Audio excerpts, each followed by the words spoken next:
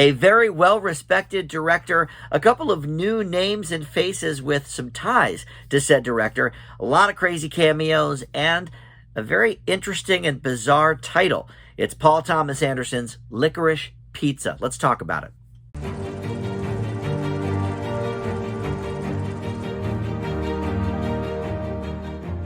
Hey guys, Dan here. This is Dan Reviews It. Welcome to my spoiler-free review for the recent film Licorice Pizza. It is in select theaters right now, and you may want to catch it in time for the Oscars because it is up for 3 awards, all really big ones too. Best Picture of the Year, Best Director for Paul Thomas Anderson, and Best Original Screenplay. No acting nominations, which maybe we'll talk about in a little bit. But before we get into my review for this film, I do want to welcome you into Dan Reviews It. Stay tuned at the end of this video for my grade and also a link to one of my other Oscar watch films. I've now hit almost all of the Best Picture nominees. I still have Belfast to review. I have watched it, but I got to get my review up for that. But there's a lot of these Oscar watch movies on my channel, so if you're an Oscar fan like myself, you'll want to catch those and see what I thought of them. So I have a lot of mixed thoughts about this movie, and I'm glad I saved it towards, close to the end so I can compare and contrast a little more to the other nominees in the respective categories in my own mind anyway. I probably won't talk about it too much in this video, but Paul Thomas Anderson and I have a bit of a back and forth. I generally don't like his films. I thought Magnolia was probably, the best of them. I've actually not seen Boogie Nights. I know people love on that one, and I'll be watching There Will Be Blood later this year for the 10th anniversary. I have a video planned for that with my buddy Joe.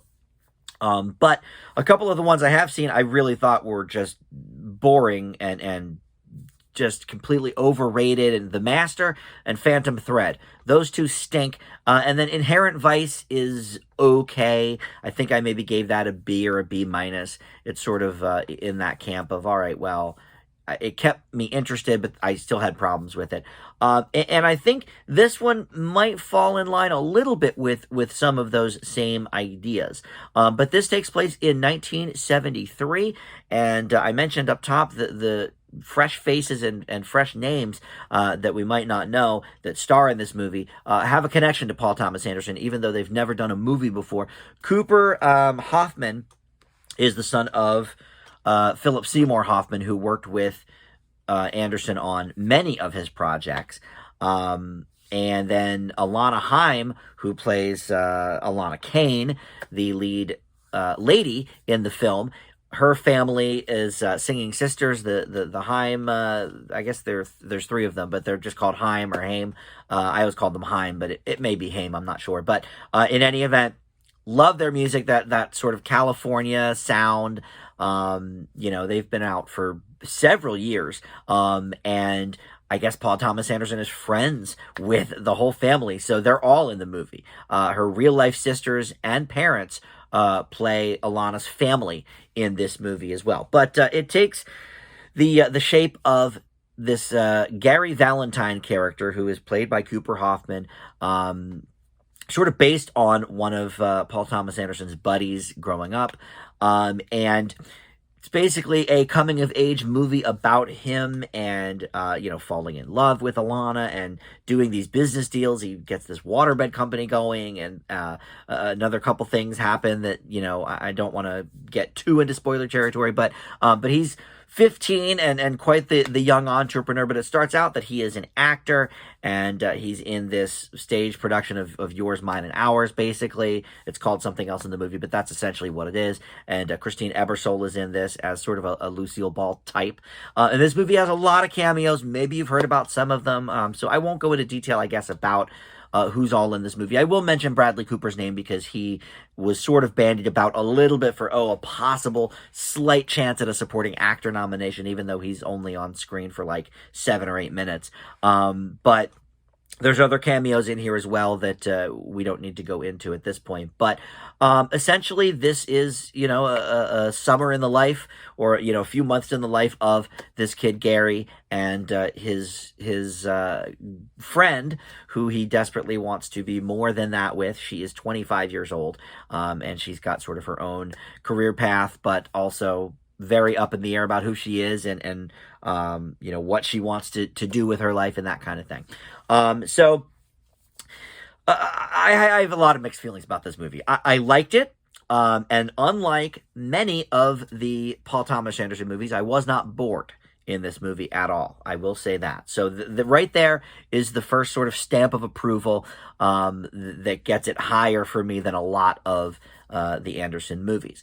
And because he is such a purist, like your Tarantinos or your Ridley Scott's, this was shot on 35 millimeter film, and the light filters used really gave us that 70s feel. It feels very authentic to what we know about the time period. I was born in 77, so I don't remember the 70s, but, from movies that I've watched in that time period and TV shows that are, from that time period, not just, TV shows from today set in the 70s, but this seemed to ring fairly true from the 70s product that I've seen in my life. So I really appreciated that.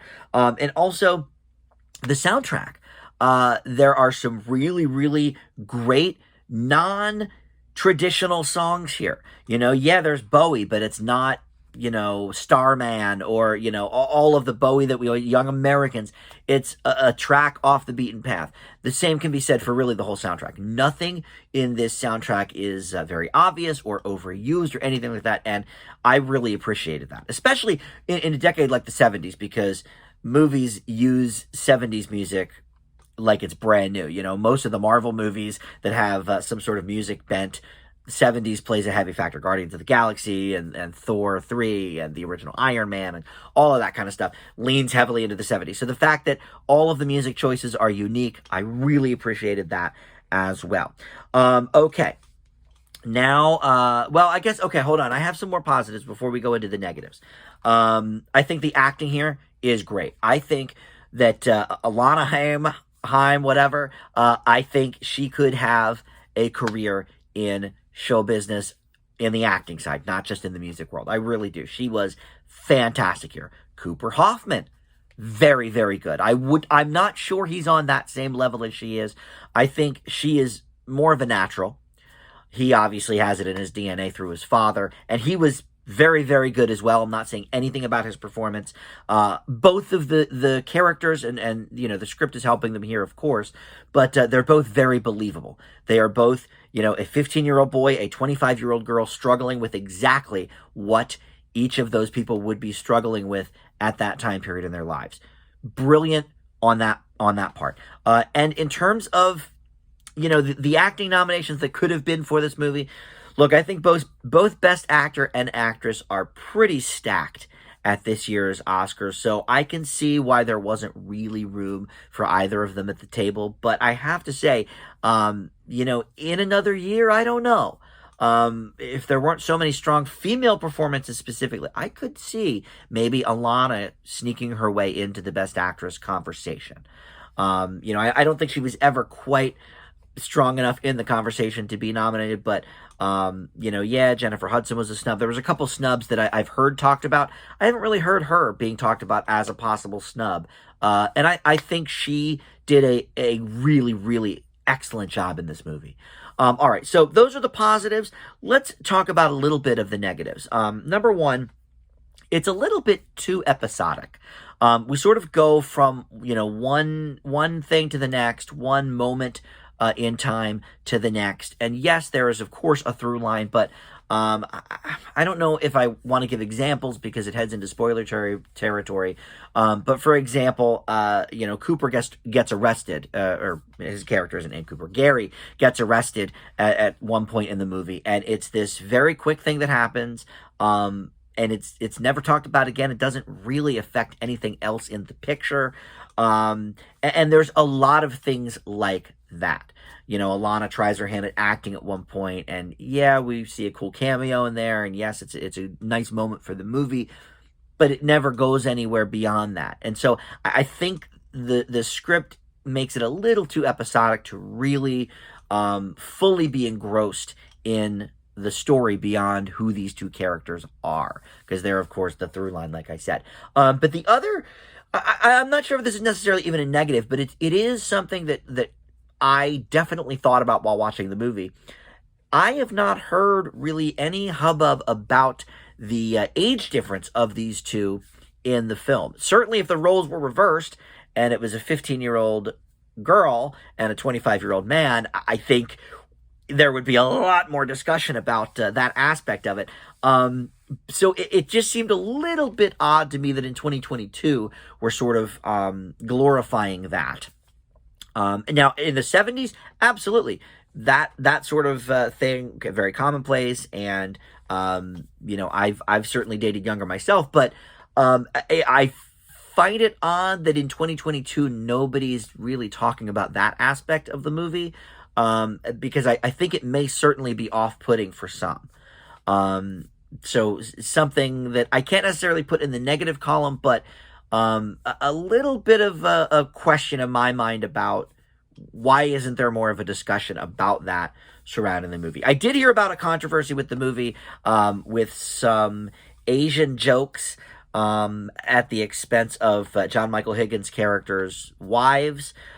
He talks in a very, very offensive Asian accent and dialect that, you know, in 2022 absolutely doesn't fly, but of course commonplace in the 70s.